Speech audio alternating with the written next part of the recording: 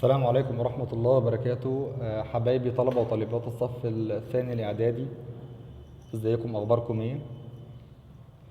النهاردة إن شاء الله هناخد مع بعض الدرس الثالث في الوحدة الثانية، النص بعنوان في حب مصر. طبعا النص دوت دراسة وبيجي في الامتحان اختياري، لكن نص مهم ونص دسم، يعني لازم أن تبقى مذاكره كويس. النص دوت لشاعر اسمه محمد عبد المطلب. اكيد اسمه تردد على ذكرك كتير، يعني سمعته كتير جدا من وانت صغير كده، من ايام ان كنت تبغي المعالي فالعلم اهدى سبيلا اللي انت خدته في سنة 5. يعني الراجل وطني واشعاره كلها وطنية. هنا برضو الشعر دوت وطني. بدايته كده او جو النص ان الشاعر تغرب عن بلده، يعني سافر، فحس ان بلده بتعاتبه، ان هو قدر يمشي ويسيب البلد والكلام ده، فبيلتمس لها العذر حقها، لان مصر ديت صاحبة الجمال والشباب والنسب الرفيع، وبيبدأ بقى يفتخر بكونه مصري وينتسب إلى مصر، وبيفتخر باتحاد عنصري الأمة المسلمين والمسيحيين.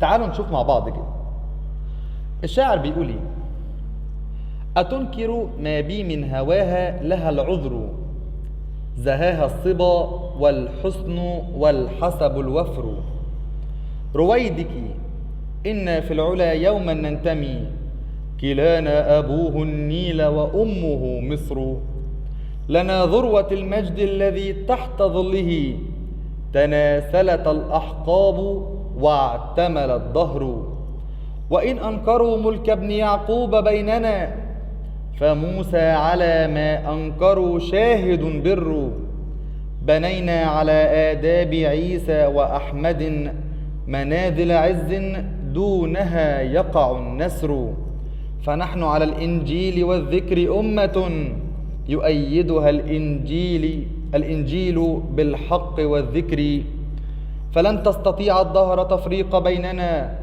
وإن جر قوم بالسعاية ما جروا، إذا ما دعت مصر ابنها نهض لنجدتها سيان مرقص أو عمرو، ألم ترى في كل عيد وموسم حليفي ولاء لا جفاء ولا هجر. الراجل بيقول: أتنكر ما بي من هواها لها العذر، زهاها الصبا والحسن والحسب الوفر. همشي معاك كلمة كلمة. تنكر معناها تجحد وعكسها تعترف. ما بي من هواها، كلمة هواها معناها حبها وعكسها كرهها. العذر يعني السبب والحجة وجمع عذر أعذار. زهاها جملها وعكسها قبحها. الصبا الشباب وصغر السن وعكسها الشيخوخة. الحسن الجمال وعكسها جمعها محاسن. الحسب النسب جمع الحسب الأحساب. الوفر يعني كثير. رويدك تمهلي وعكسها أسرعي. إن في العلا، العلا هو الشرف والرفعة. يوما ننتسب يعني كلانا أبوه النيل وأمه مصر، لنا ذروة المجد، لنا قمة المجد، وجمع ذروة ذرى، ذال راء ألف، مش ذرة اللي هي الذرة المشوي اللي بناكلها، لا سيبك من الكلام ده، بلاش جوع دلوقتي. المجد يعني الشرف والرفعة، وعكسها الوضاع أو الحقارة. الذي تحت ظله جمع ظل ظلال. تناسلت الأحقاب توالدت عكسها أو مضادها عقمت. الأحقاب يعني الأزمنة، مفردها الحقب. اعتمل تغير وثار. الدهر يعني الزمن، وجمع ظهر ظهور أو أظهر. آدي الجزء الأول. الشاعر قلنا بيشعر بمعاتبة بلده له، فيقول لها أو يلتمس لها العذر لأنها صاحبة، عد معايا، الشباب والجمال والحسب الرفيع. ثم يفتخر بانتمائه إلى مصر، أو انتماؤنا مسلمين ومسيحيين إلى مصر، أبونا النيل وأمنا مصر، ويقول أن لنا قمة المجد الذي من تحت ظله توالدت الأزمان وصار الدهر. أتنكر؟ ده أسلوب استفهام على فكرة، غرض التعجب أو الالتماس. آسف غرض اللوم. ما بي من هواها لها العذر، أصلها العذر لها، فهنا أسلوب قصر. أداة التقديم والتأخير بيفيد التخصيص والتوكيد. زهاها الصبا والحسن والحسب الوفر. عندك الصبا والحسن والحسب الوفر دول بينهم إيقاع موسيقي تطرب له الأذن. عندك كلمة العذر والوفر بينهما أيضا إيقاع موسيقي تطرب له الأذن. زهاها الصبا، صور الصبا بشيء جميل أو بزينة تتزين بها مصر. رويدك أسلوب أمر على فكرة، غرض النصح والإرشاد. إن في العلا أكيد أسلوب مؤكد بإن. كلانا أبوه النيل وأمه مصر، ركز عليها جدا عشان دي 100% جالك الدرس دوت أو النص ده هتلاقيها في الامتحان. شبه النيل بأب المصريين وشبه مصر بأم المصريين، وتعبير جميل يدل على اتحاد عنصري الأمة.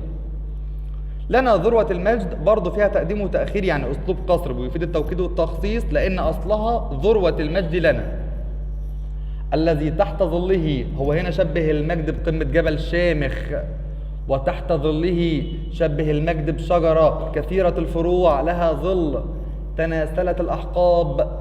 صور الأحقاب بكائنات حية تتناسل. بعد كده واعتمل الظهر. هتقول لي صور الظهر بشيء مادي يتغير، أنا ما عنديش مشكلة مع إنها ما بتجيش. بعد كده وإن أنكروا جحدوا، وعكسها اعترفوا وأقروا. ملك ابن يعقوب. مين ابن يعقوب؟ سيدنا يوسف عليه السلام. فموسى على ما أنكروا شاهد دليل، وجمعها شواهد.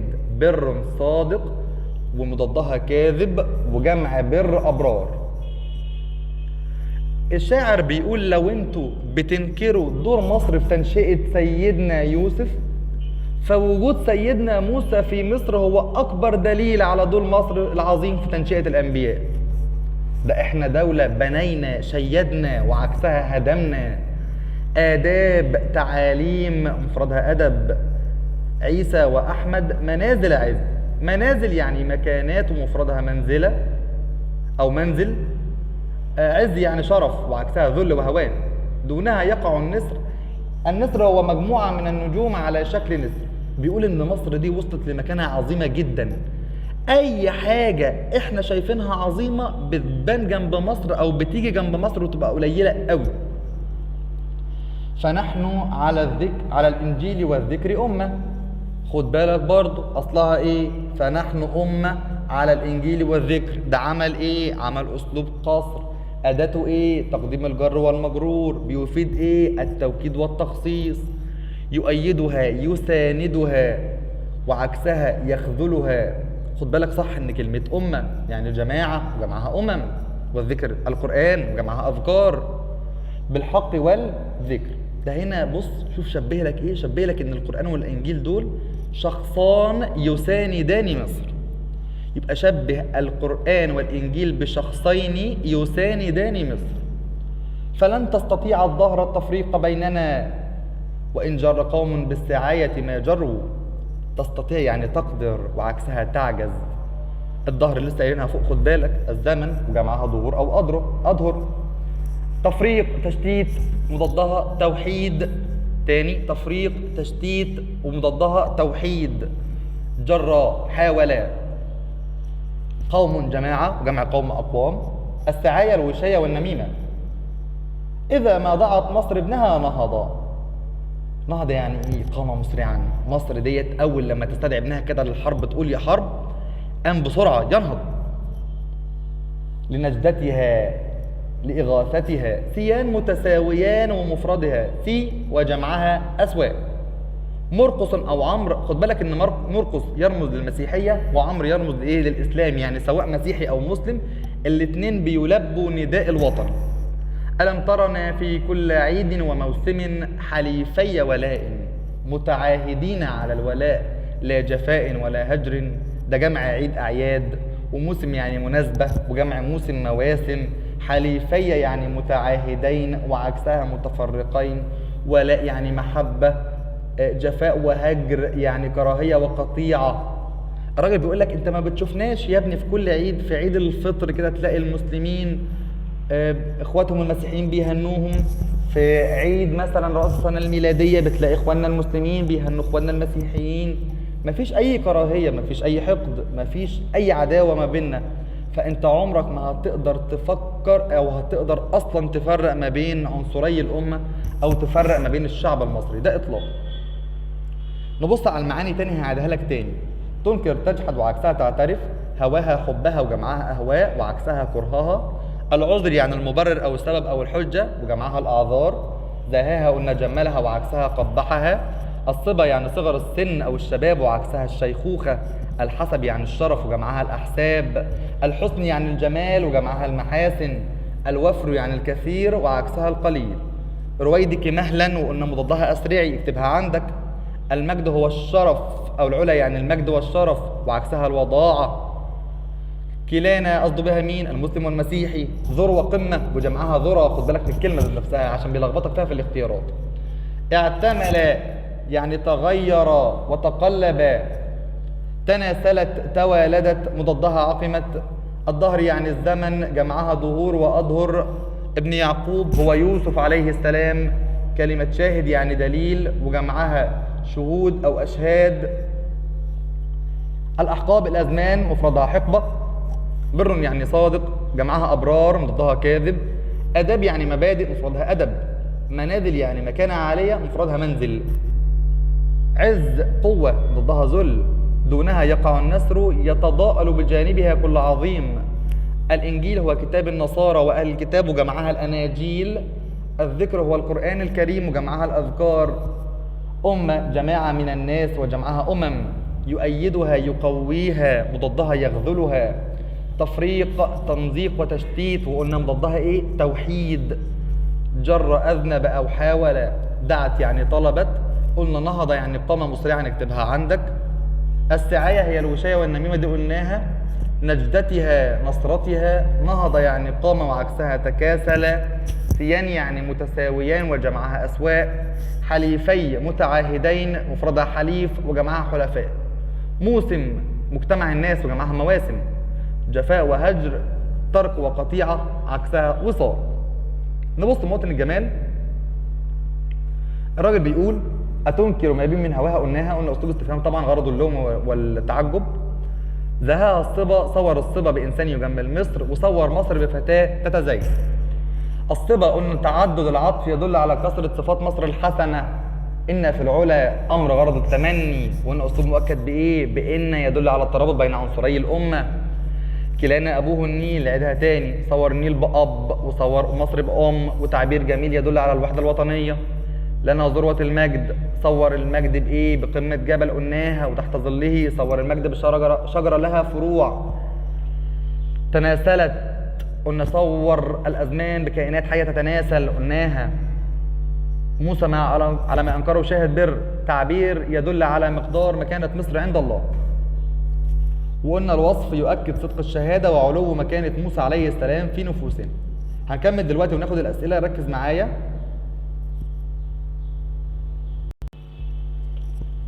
بنينا على آداب عيسى وأحمد منازل. قلنا صور آداب عيسى ومحمد بالأرض التي يبني عليها المصريون. منازل عز يدل على قوة البناء. بعد كده دونها يقع النسر، تعبير جميل يدل على علو قدر مصر. إذا ما دعت ابنها نهض، صور مصر بأم تستنجد بإيه؟ بأبنائها طبعا. بعد كده نهض تعبير يدل على سرعة الاستجابة. سيان مرقس أو عمرو تعبير يدل على قوة الانتماء والترابط بين المسلمين والمسيحيين. لا جفاء ولا هجر ترادف طبعا. وتأكيد النفي يؤكد على قوة العلاقة بين أو قوة الترابط بين المسلمين والمسيحيين. من الشاعر قلناها طبعا وما تعرف عنه.